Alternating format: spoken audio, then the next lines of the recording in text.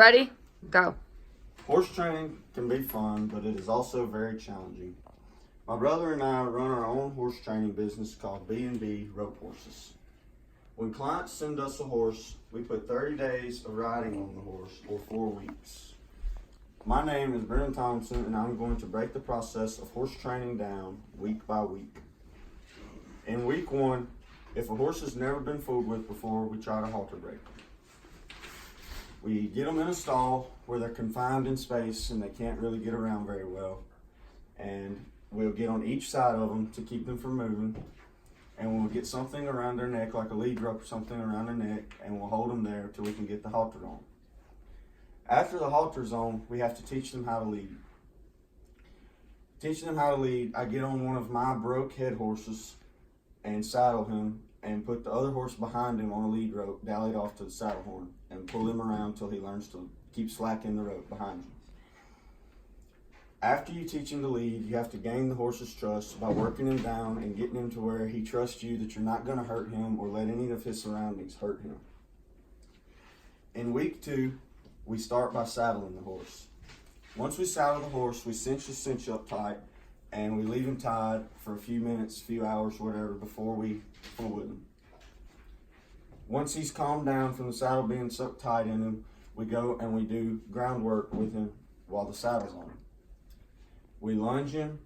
Some of the groundwork we do is lunging where we got him on a long lead rope and we keep a little whip to pop behind them to keep them running in circles. And they'll run in circles for about 30 minutes around us until they're tired, and then we try to get on them and ride whatever trying them is left out of them. I tend to ride them at this point of the process, and my brother puts the last 2 weeks on them.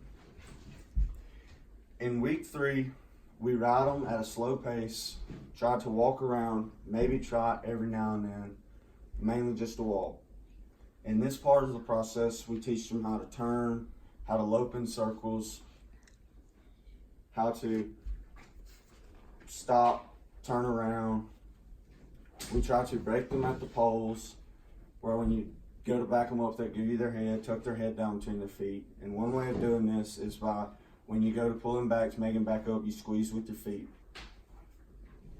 Once a horse will stop and turn and do anything you ask it to do, we try to move to week 4. In week 4, we'll pick up the pace a little bit. We'll lope the horse around in circles, and we'll teach him his leads. When you're going to the left, you want a horse in his left lead, where his left front foot is striding further than his right front foot.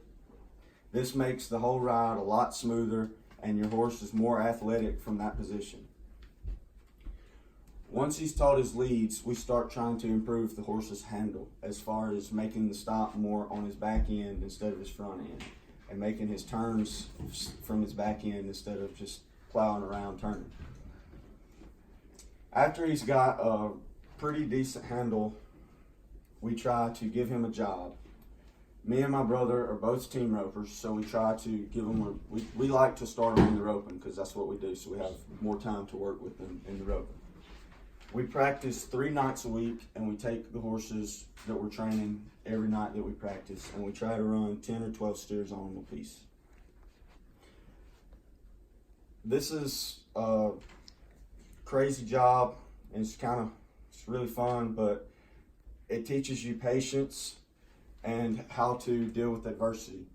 Because at times when you get on them, they're going to throw you, and they're going to act crazy when you're not expecting it. And just when you think you got one broke, he's going to try you again. And you just have to keep getting back up in life and keep getting back on.